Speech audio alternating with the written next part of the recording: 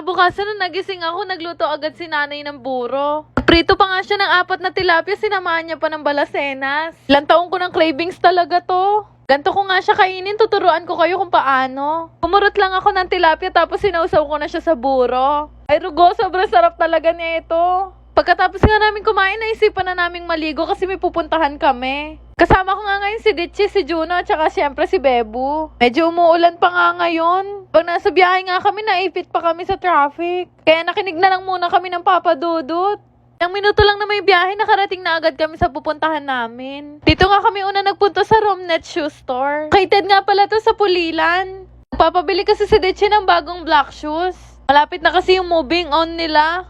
Marami nga pagpipilian dito at magaganda pa yung quality, kaya sabi ko sa kanya mamili na siya. Nung nakapili na nga kami, sinabi na agad namin yung size. Tapos sinukat na rin agad ni Ditche. Una nga naming sinukat, malaki yung size. Kaya nang hingi pa ulit kami ng ibang size, kaya lang yung sumunod naman malaki din. Hihingi pa nga kami ng mas maliit, kaya lang todo na daw yun. Since wala nang size si Ditche dito, si Bebo na lang yung nakahanap ng kanya. Nakakaawa naman pala yung gamit niyang sinyelas ngayon. 3 years na daw niya kasing ginagamit yan. Yan pa yung regalo ko sa kanya nung birthday niya. Kaya nung nakita niya maganda yung quality dito, dito na lang siya bumili. Sobrang excited nga niya, sinuot na agad niya. Pinay-day pa nga niya yun, sabi niya, this is my new slippers. Pinakita niya nga sa akin kung ano yung itsura nung dati niyang tsinelas. Pagkatapos nga namin pumunta sa Romnet, naglakad na kami sa iba pa. Yabang nga na ito maglakad bago kasi tsinelas. Dahil sobrang addict na Ditchy sa crop top, dito namin siya dinala ni Bebo. Located nga din to sa Pulilan. Ang galing kasi ng shop na to, lahat dito 50 pesos lang. Kaya sabi namin kay Ditchy, get all you want.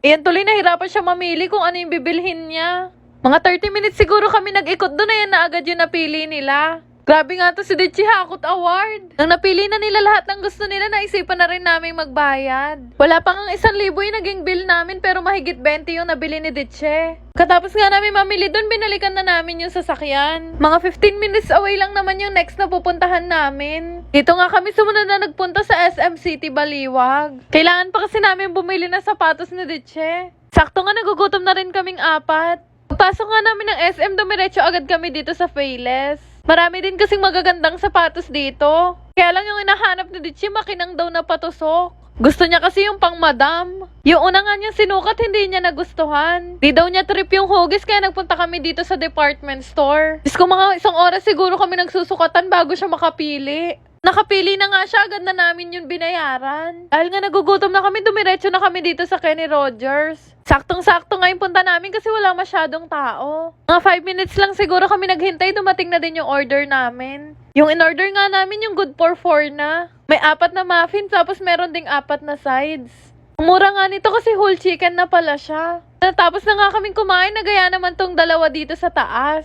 Kailangan na daw kasi nilang magpa-tempered ng cellphone nila. Nung natapos nga sila magpa-tempered, habang naglalakad kami, may nakita kaming ganito. Napatigil kaming 4 kasi ang sarap-sarap talaga nito. Kaya kumorder na lang kami ng isang malaking chicharong isaw. Dahil medyo pricey, nagsalo-salo na lang talaga kami. After nga na, nagkaayaan pa kami pumunta dito sa Tom's World. Since wala nga masyadong tao dito, na solo namin yung laro na to. Noong umpisa nga, hindi pa namin maintindihan yung mechanics ng laro. Kung hindi nga kami sinwerto din, lumipat na naman kami sa ibang laro. Natandaan ko nung college ako, kinaadikan ko yung mga nagkakarerang aso na to. Tuwang-tuwa nga to si Ditchy kasi nanalo siya. Sana all. Pagkatapos nga namin maglaro, naisipan pa nung dalawa bumili ng Turks. Sabi ko sa kanila, sa sasakyan na lang nila kainin kasi pagod na kami. Kaya naman umuwi na kaming 4. Buti na lang 25 minutes away lang kami dito. Yun lang naman. Salamat!